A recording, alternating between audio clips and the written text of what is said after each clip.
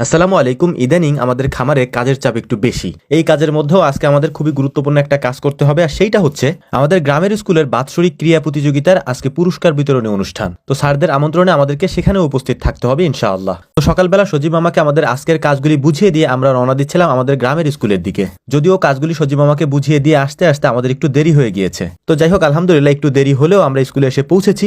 এরপর যে অনুষ্ঠানগুলি ছিল সেই অনুষ্ঠানগুলি আমরা দেখতেছিলাম খুব সুন্দরভাবে।